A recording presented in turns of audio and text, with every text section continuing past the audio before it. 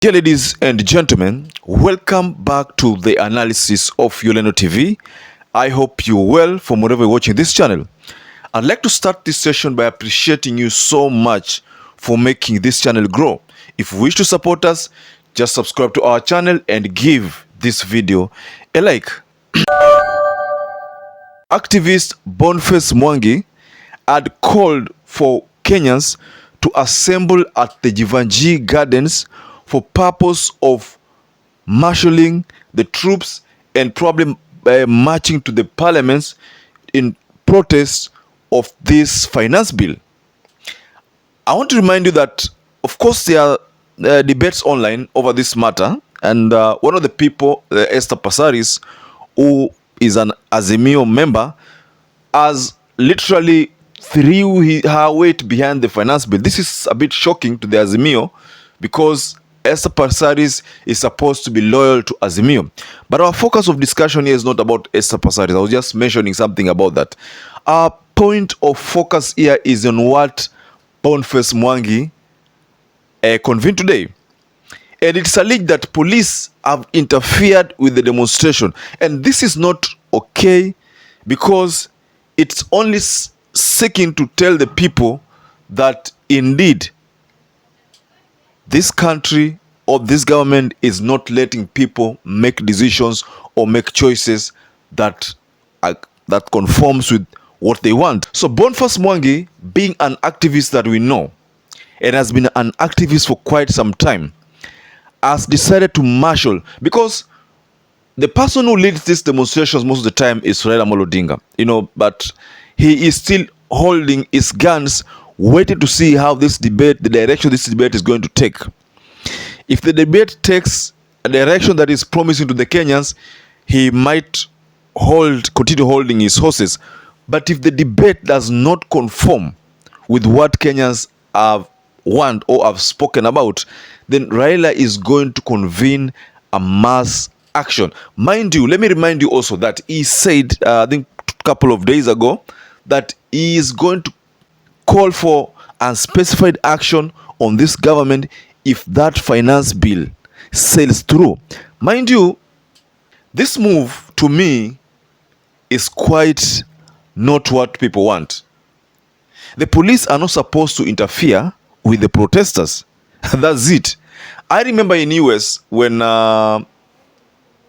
George Freeman, you remember that case of George Freeman, and then and how the death occurred. That back then Trump was still in power. And mind you, let me remind you that one of the reasons why Trump did not secure his second chance is because of those riots and the police excessiveness on the rioters and how the police handled that scenario. Because during that time, the police used to club citizens, and citizens would demonstrate. These demonstrations took the better part of the day in the US, and it made Trump fail to secure a second chance. So these demonstrations are supposed to be treated with respect. But what William Ruto is doing right now, using the state powers to force the bill on the people, this is not welcomed. Mind you, there are politicians in UDA, I understand, who have said that they are not going to support this. We know of Wamuchomba, but we don't talk about Wamuchomba. We want to talk about other people. It is alleged that there are people who are even financing Okiya Mtata, UDA MPs, who finance the petition so that he can file the petition, and in turn, the courts can stop this shenaniganism. I don't know, but that is what Okiya Mtata said. So the demonstrations are supposed to be allowed. They will happen.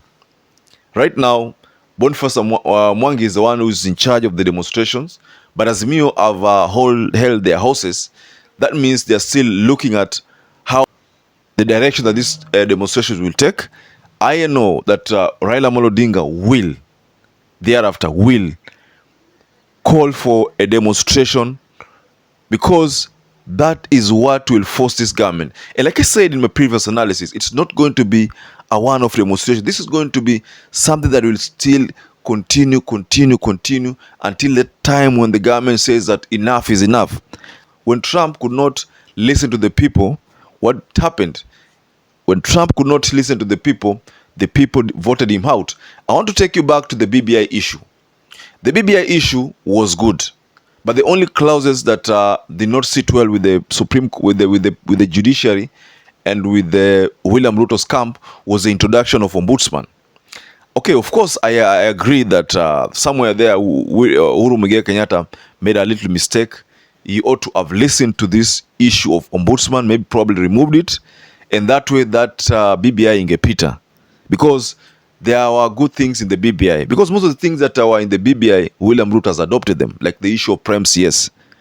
He has adopted them. So there is nothing like BBI was creating jobs. What has he done in this era? He has employed so many people to a level whereby the government cannot pay salary. So the issue of kutafutia watu kazi, BBI issue, that was just a narrative that was put there to make sure that Uhuru Muigai Kenyatta's plan did not work. So that is what happened. So the courts, I know the courts will listen to the people. This time round, the courts they will listen to the people. Someone told me yesterday that, look here, look at the car that Martha Koome was driving on, drove in on that's the 1st of June, the Madaraka celebration at the Mbomoi Stadium. Take a look at that. That's someone who was telling me about that. Someone told me that if Martha Koome could be given that kind of car, almost 23 million worth of car, what do you think that judiciary is going to do to go against William Ruto's agenda? No. That's what that person told me. I mean, he was literally trying to tell me that the government could have awarded the Supreme Court judge, CJ, with that kind of car, so that in turn, the judiciary can just support the government with all the things that the government does. One of the reasons why William Ruto is so energetic over this issue of a housing bill is because probably he knows that the courts will side with him.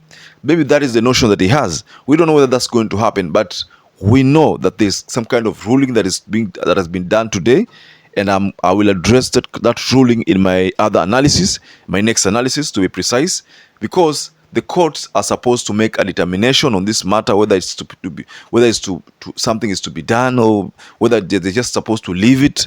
I mean, but the courts are supposed to say something, because we know that the High Court is currently handling this matter. So, dear viewers, I'd just like to rest my case there, but I'd like to also listen to what you have in mind regarding this issue of police beating demonstrators at a time when demonstrators are supposed to demonstrate for the finance bill rejection. But then the police decided to deny the citizens their right by clobbering them, by beating them, by making sure that they don't access Jivanji Garden for purpose of assembling and probably for speeches from the head of the Maandamano. On this, I'm talking about Boniface Mwangi. So, dear viewers, allow me to wind up there, and also I'd like to urge you to stay safe and stay blessed until we catch up again in our next analysis.